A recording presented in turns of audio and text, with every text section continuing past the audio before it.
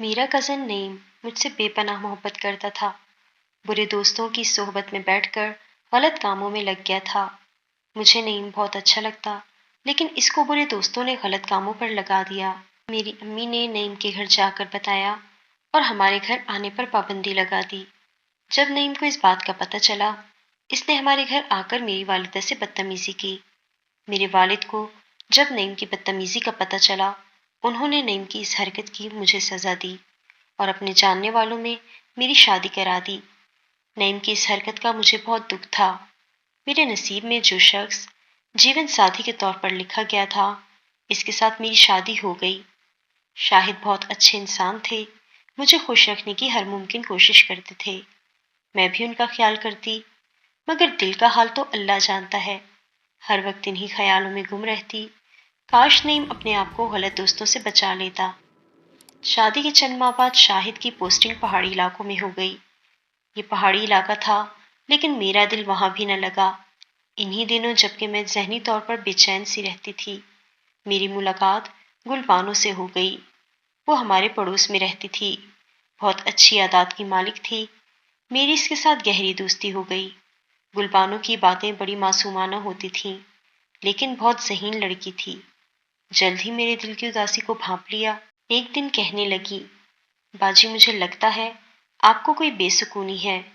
برا نہ مانے تو پوچھوں کہ آپ کیوں اداس رہتی ہیں؟ کیا کسی کی یاد ستاتی ہے؟ ہاں، ایک دوست کی۔ کیا کروں، بھلانا چاہتی ہوں لیکن بھلا نہیں سکتی۔ اس کا ایک حل ہے میرے پاس۔ آپ میرے دادا کے گاؤں چلیں، وہاں ایک شخص ہے جس کا نام اجمل خان ہے۔ وہ بڑا عجیب آدمی ہے۔ بس ایک بار آپ کو غور سے دیکھ کر آپ کی ہتھیلی پر پھونک مارے گا تو آپ فوراً بھلی چنگی ہو جائیں گی۔ گل بانو کی بات سن کر میں حیران ہو گئی۔ ایسا کیسے ہو سکتا ہے؟ کیا وہ کوئی پیر فقیر ہے یا کوئی بزرگ ہے؟ یہ میں نہیں جانتی، لیکن اس کے بارے میں جان کر آپ کو حیرت ہوگی۔ تبھی گل بانو نے اس کے بارے میں بتایا۔ باجی، اجمل خان ہمارے گاؤں کے لوگوں کا مرکز نگاہ ہے۔ شروع میں یہ گاؤں کے بازار میں دکانداروں اور علاقے کے لوگوں کا سامان اٹھانے کا کام کرتا تھا۔ اسی اجرت پر اس کی گزر بسر ہوتی تھی۔ اس نے شادی نہیں کی تھی۔ مزدوری کے پیسے وہ بہت کفایت سے خرچ کرتا۔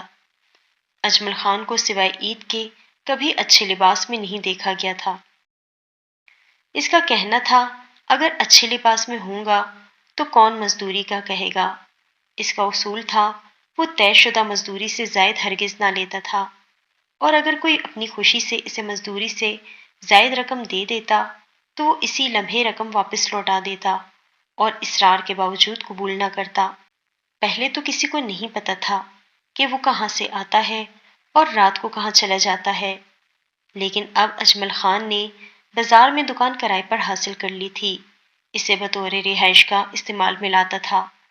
اجمل خان کو بڑے گوشت سے سخت نفرت تھی، جسے زندگی بھر اس نے ہاتھ نہیں لگایا۔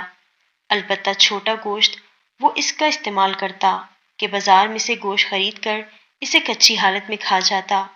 کسی نے اسے کھانا پکاتے کبھی نہیں دیکھا تھا، اور نہ ہی اس کی دکان میں کھانے پکانے کا کوئی سامان موجود تھا۔ اس کے باوجود حیرت کی بات یہ تھی کہ کبھی کسی نے اسے بیمار ہوتے نہیں دیکھا، بلکہ اگر کوئی بیمار ہو تو وہ اس کی ہتھیلی پر پھونک مار دیتا، جس سے مریض جلد ہی ٹھیک ہو جاتا۔ اس وجہ سے اب لوگ دور دور سے اس کے پاس آتے۔ لوگ اس کے سامنے ہاتھ پھیلا دیتے تو وہ آنے والے کی ہتھیلی پر پھونک مار دیتا۔ اجمل خان کی پھونک سے مریض اچھا ہو جاتا۔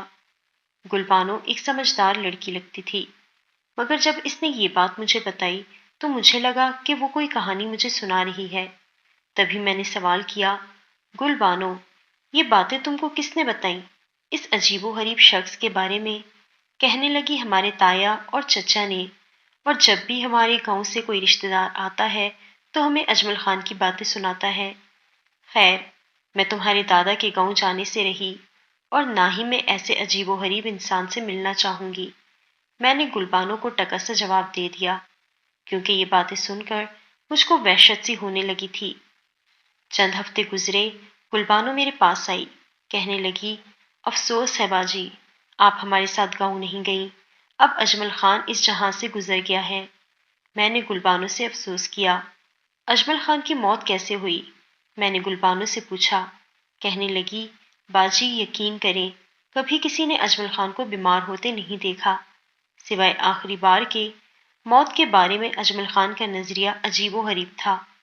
اس کا کہنا تھا کہ وہ کبھی دریا میں نہانے کے لیے نہیں جائے گا، کہیں پانی میں ڈوب کر نہ مر جائے، نہ کبھی کسی درخت پر چڑھے گا کہ گر کر مرنے کا اندیشہ ہے، اور نہ کسی اونچی جگہ جائے گا جہاں سے گر کر مرنے کا ڈر ہو۔ دیکھیے، اتنا طاقتور اور صحت مند آدمی پھر بھی فوت ہو گیا۔ سچ ہے کہ موت کو زندگی پر غالب آنا ہے تو اللہ تعالیٰ کے حکم سے غالب آ جاتی ہے۔ کیا تم نے اس کو دیکھا تھا گلبانو؟ میں نے سوال کیا۔ نہیں، لیکن ابو، بھائی اور امی اس سے ملے تھے جب وہ دادا کے گاؤں گئے تھے۔ مرتے وقت اس کی عمر 75 سال سے اوپر تھی۔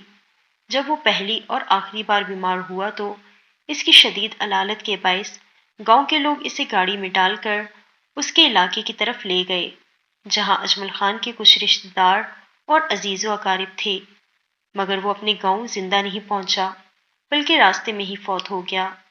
وہاں قبر کھود کر اس کو دفن کر دیا اور واپس آ گئے۔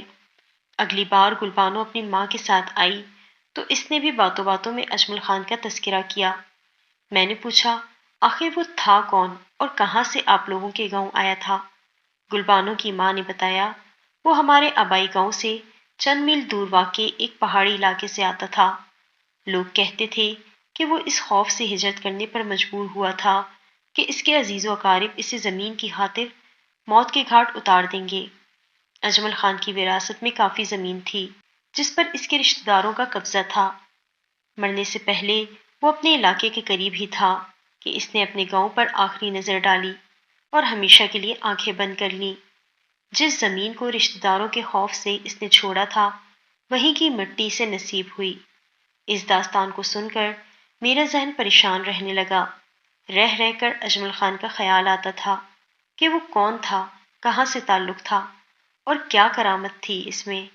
ایک دن میں اپنے شوہر کے ساتھ شاپنگ پر گئی۔ وہاں رش میں مجھے ایک بوڑھا آدمی دکھائی دیا جو اونچا، لمبا، صحت مند انسان تھا۔ اس کی عمر 70 سال سے اوپر تھی، لیکن کمر میں جھکاؤ نہیں تھا۔ حیرت کی بات یہ تھی کہ اس کے بال بھی سفید نہیں تھے۔ پاس سے گزرتے ہوئے میں ان کی طرف حیرانی سے دیکھ رہی تھی۔ انہوں نے مجھے اپنی طرف دیکھتے پایا تو اپنی ہتھیلی پھیلا کر اشارہ کیا کہ اپنا ہاتھ پھیلاؤ۔ میں نے اپنا ہاتھ ان کی طرف آگے کر دیا۔ انہوں نے میری پھیلی ہوئی ہتھیلی پر پھونک ماری اور غائب ہو گئے۔ یہ سب اتنا اچانک ہوا، میرے شوہر کو بھی پتہ نہ چلا۔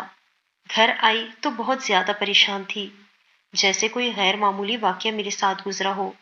شوہر سے تذکرہ کر کے ان کو پریشان نہیں کرنا چاہتی تھی۔ اگلے روز گلبانو اپنی ماں کے ساتھ آئی تو میں نے یہ واقعہ انہیں بتایا۔ جب میں نے ان کے حلیے کے بارے میں بتایا، گلبانو کی امی کہنے لگیں، یہ تو ہو بہو اجمل خان جیسا ہے، لیکن وہ تو مر چکا تھا، پھر وہ کیسے زندہ دکھائی دیا؟ ہتھیلی پر پھونک مارنے والی بات بھی اجمل خان سے ملتی تھی۔ اس کے بعد میرے دل کو سکون آ گیا۔ نعیم کی محبت اور اس کی والدہ سے کی جانے والی بدتمیزی کو بالکل میرے دل نے فراموش کر دیا۔ دلی طور پر شوہر سے پیار کرنے لگی، لیکن وہ بزرگ کون تھے؟ اس بات کو لے کر دل میں بے چینی سی رہتی۔ وہ بزرگ دوبارہ کبھی دکھائی نہ دیے۔